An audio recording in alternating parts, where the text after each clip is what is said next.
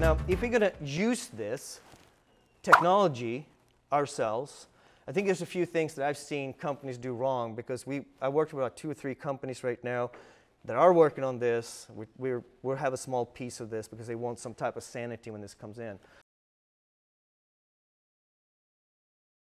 I want to call it the degrees from the goal. So what happens is we start working with things that's so far away with that fundamental maintenance. Fundamental maintenance, inspect, plan, schedule, do the work. We start working with things that are so far away from getting the results that we get lost. So let's say it's New Year's Eve.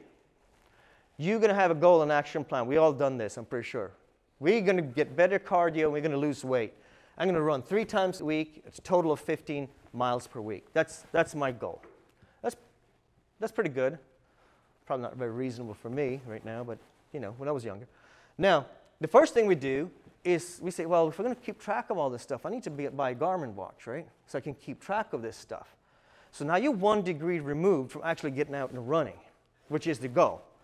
So you buy the Garmin watch, and you say, oh, cool, it takes 3 days. Wait for the Garmin watch so I actually can record all my running, right? So now you get the Garmin, but you know what? It's raining, and it's, 22 degrees outside. Well, Celsius. So here we go. I buy a treadmill so I can actually do my workout indoor. It takes 2 weeks to get that, so I'll wait for that treadmill and I can keep track of it. You finally get your treadmill. You're not 2 degrees away from actually getting out running. Now, that treadmill doesn't work the way you expect because you need to update the software about 4 times. And so you download software, and it's weird software. They have their proprietary. It's not like Windows or anything. It's something weird. So now you're 3 degrees away from running, right? You see where I'm going? So this is what happens. And then I call support, and then et cetera, et cetera. You're working on something that doesn't give you any results, but it gives you a bunch of gadgets and a bunch of information once you get going. But you're not making any improvements. In the maintenance world, here's a classic goal and action plan. We need to improve our preventive maintenance. So what I do is I need to document my PMs better. I need a management system, follow-up system for that, and I need to execute the PMs better. I need my guys out there doing better inspections. Okay? What's the first thing I do? What happens? I think you can tell me the story. Well, first one, I need to figure out how do I get my PMs into SAP? This is where you lose traction, right there. Instead of saying, well, how do we get better inspections? Now we're talking about how can I actually document PMs in SAP. It's tricky. It can be done. It's clunky, but it can be done. And people don't know how to do it, so it takes forever to do it. But we're trying to figure that out. And we'll say, IDCON says, we'll have people that know this stuff. No, we have a corporate guy. OK. Well, we need to find that corporate guy. You can never get a hold of him or her because they're busy with other things. So we're waiting 3 weeks. Now we're 2 degrees away, right?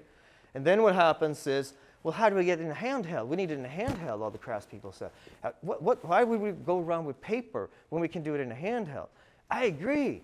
We should, but it's not the first thing we should bother about, right?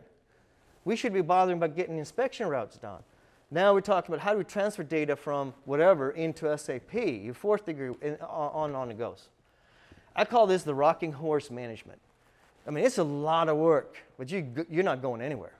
You're just working on databases and transferring Excel and figuring out how things work in SAP. You don't actually get anything on the floor. So this is what I want to warn you about. If you're doing this digital transformation, which I'm a big proponent of, we work with this stuff, but you have to do it the right way. If you start looking at get removed from the day-to-day maintenance and actually getting results on the floor, you're wasting your time.